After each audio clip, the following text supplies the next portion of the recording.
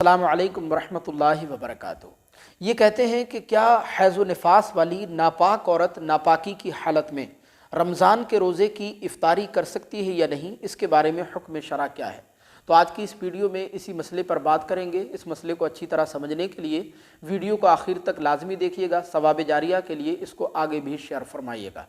دیکھیں، اچھی طرح ذہن نشین فرما لیں کہ جو حیض و نفاس والی عورت ہوتی ہے، حیض و نفاس والی عورت کے لیے حیض و نفاس کے دنوں میں کچھ چیزیں ایسی ہیں جو اس کے لیے کرنا بلا شبہ ناجائز و حرام ہے۔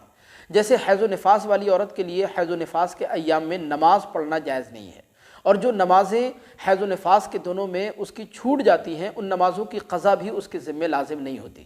اسی طرح حیض و نفاس کے دنوں میں حیض و نفاس والی عورت کے لیے روزے رکھنا بھی جائز نہیں ہے، لیکن جو روزے حیض و نفاس کے ایام میں چھوٹے ہیں، جب وہ پاک صاف ہو جائے گی تو ان روزوں کی قضا کرنا اس کے ذمہ لازم ہوگی۔ اگر وہ قضا نہیں کرے گی تو وہ سخت گناہ گار ہوگی۔ اسی طرح حیض و نفاس والی عورت حیض و نفاس کے ایام میں قرآن مجید کو بلا حائل نہیں چھو سکتی، قرآن مجید کو نہیں پڑھ سکتی، اس کی تلاوت نہیں کر سکتی۔ لیکن حیض و نفاس والی عورت حیض و نفاس کی حالت میں، ناپاکی کی حالت میں درود شریف پڑھ سکتی ہے، چاہے کوئی بھی درود شریف ہو، ذکر و اذکار کر سکتی ہے، اذان کا جواب دے سکتی ہے، وظیفہ پڑھ سکتی ہے، تسبیح پڑھ سکتی ہے، اور الحمد شریف کو دعا کی نیت سے پڑھ سکتی ہے، آیت الکرسی کو دعا کی نیت سے پڑھ سکتی ہے، یا قرآن مجید کی وہ آیتیں جن میں دعا کا معنی پایا جاتا ہے ان کو بطور دعا بھی پیریڈ کی حالت میں بلا شبہ پڑھا جا سکتا ہے۔ اگر وہ حسن نیت سے پڑھے گی تو انشاءاللہ اس کو بھرپور اس کا ثواب بھی ملے گا۔ تو یہ کچھ چیزیں ایسی ہیں جو حیض و نفاس کی حالت میں کرنا جائز نہیں ہے، لیکن یہ کچھ چیزیں ایسی ہیں جو حیض و نفاس والی عورت بلا شبہ کر سکتی ہے۔ لیکن رہا رمضان کے روزے کی افطاری کرنے کا معاملہ، تو دیکھیں اچھی طرح ذہن نشین فرما لیں کہ یہ یہودیوں کے معاشرے میں کلچر تھا کہ جب کسی عورت کو پیریڈ آتا تھا تو وہ پیریڈ والی عورت کو منحوس چیز سمجھتے تھے اور اس کو ایک کمرے کے اندر بند کر دیا کرتے تھے، اس پر پابندی لگا دیا کرتے تھے کہ وہ پیریڈ کے دنوں میں کسی سے مل نہیں سکتی، کھانا نہیں پکا سکتی، کسی کے ساتھ بیٹھ کر کھانا نہیں کھا سکتی۔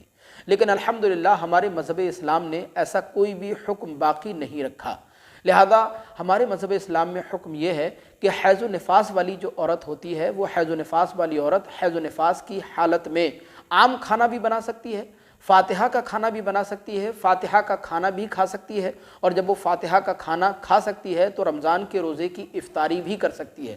رمضان کے روزے کی افطاری کرنے میں شرعاً کوئی قباحت نہیں ہے، بلکہ رمضان کے روزے کی افطاری کرنا یہ سنت مبارکہ ہے۔